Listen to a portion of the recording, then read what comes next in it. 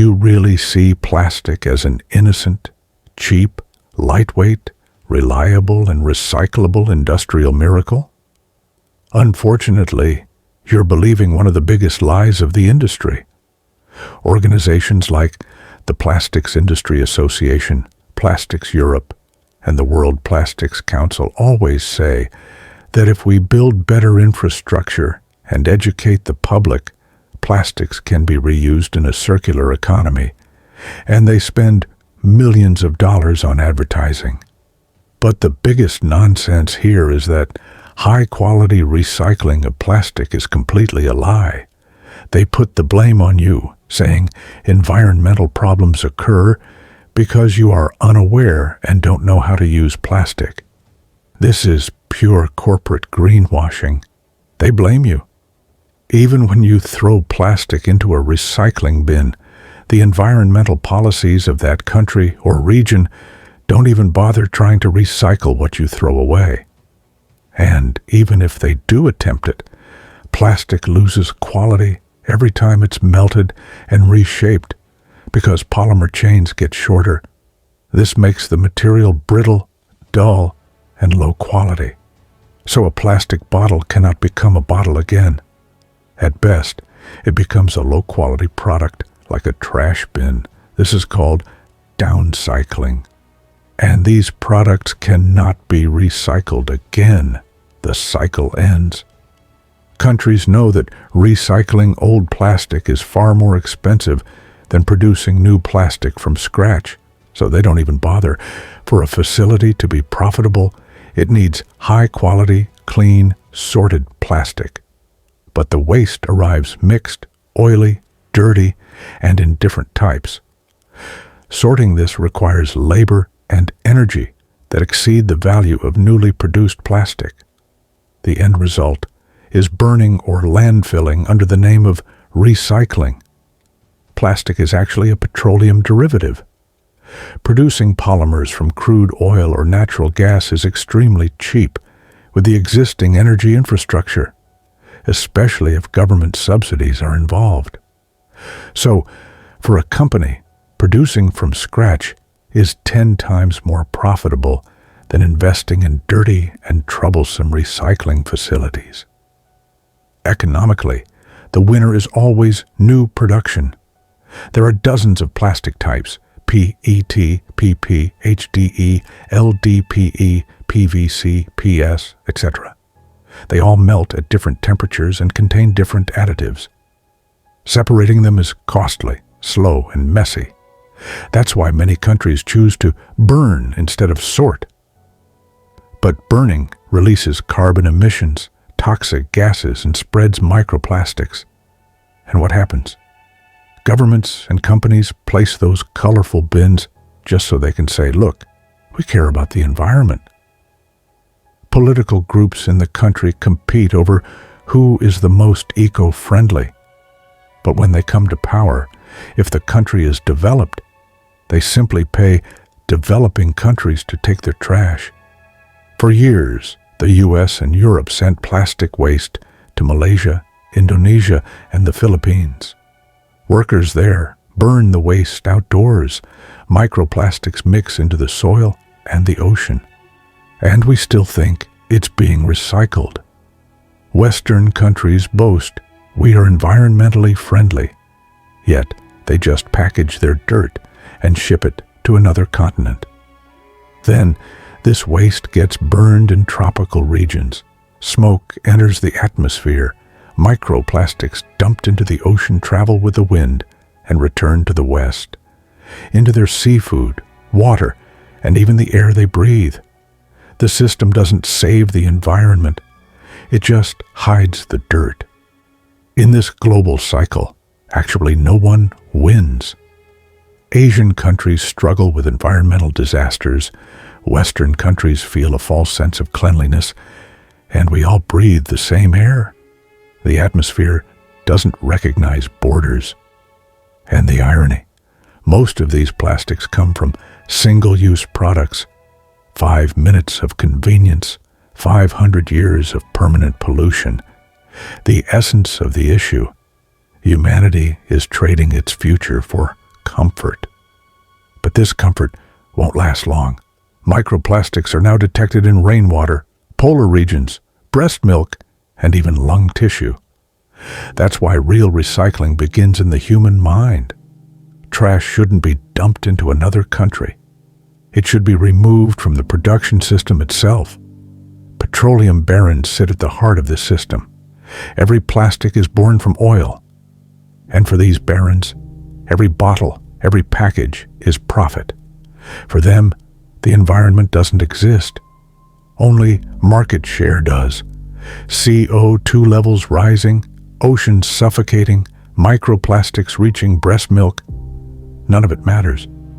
Because as long as the profit graph goes up, the system is working. In their eyes, the world is an investment asset, not an ecosystem. In the 1970s, plastic waste in the U.S. was becoming a massive problem. People started reacting.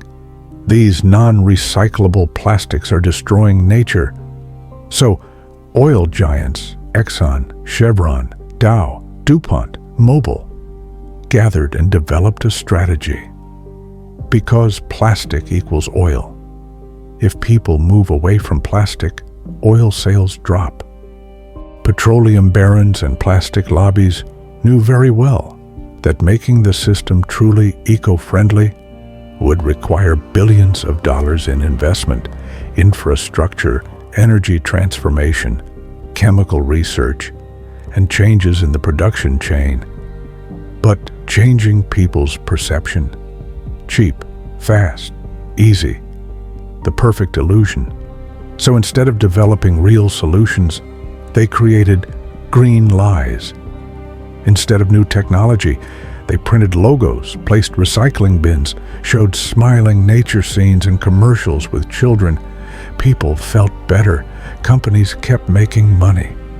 Fixing the system was hard, but making people believe the system was already good was easy. And they chose this path.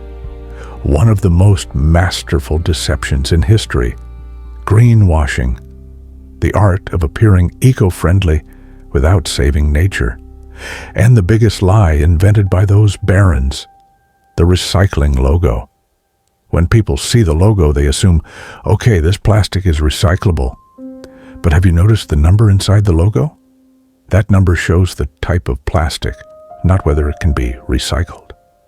For example, 1.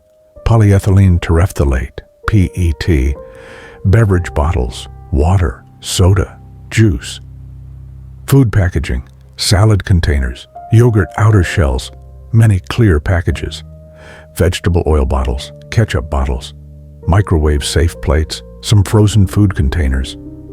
Theoretically recyclable a few times, but it becomes downcycled. 2. High-density polyethylene, HDPE, milk bottles, especially opaque white ones, yogurt, Aran, detergent jugs, cooking oil bottles, fridge bags, some market bags. Cutting boards made of hard plastic are usually HDPE, and the cuts formed on them leak microplastics into your food, so never use them. HDPE is recycled only in some facilities.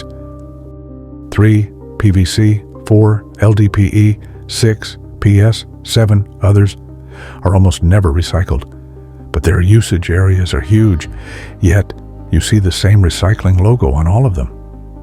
We are being fooled by green labels. Right now it seems like buyers are happy, sellers are happy, but in the future, our children and grandchildren may not even be able to breathe. But actually the future has already arrived. Industry is producing, markets are full, packaging is shiny, the system works. But in reality, this picture is an illusion. Because right now, without realizing it, we are ingesting poison. Plastic is not only in the oceans, it's in rain, soil, and even in the air. Microplastics are now part of the atmosphere.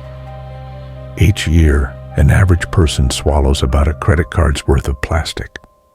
It enters not only our stomach, but our blood, lungs, even brain tissue. Microplastics have been detected even in breast milk. A newborn baby starts life with plastic. These particles cause inflammation, hormonal disruption, infertility, and can contribute to neurological and cardiovascular diseases. And it's not just humans. Every organism from plankton to whales carries this toxic substance in the chain. For example, if you reuse a PET bottle multiple times, every fall, shake, or temperature change releases microplastics into the water. And some plastic types contain endocrine disruptors that act like hormones. Bisphenol A, for example, behaves like estrogen. It mimics hormones in the body and disrupts signaling. This leads to low libido, infertility, premature aging, hormonal imbalances, increased risk of certain cancers. So what should you use instead? Glass 100% recyclable? Infinitely. It loses zero quality each cycle. Chemically inert, doesn't leach anything. Stainless steel, 304, 316 grades. Durable, heat-resistant, no microplastics or BPA. Ideal for bottles, thermoses, cookware.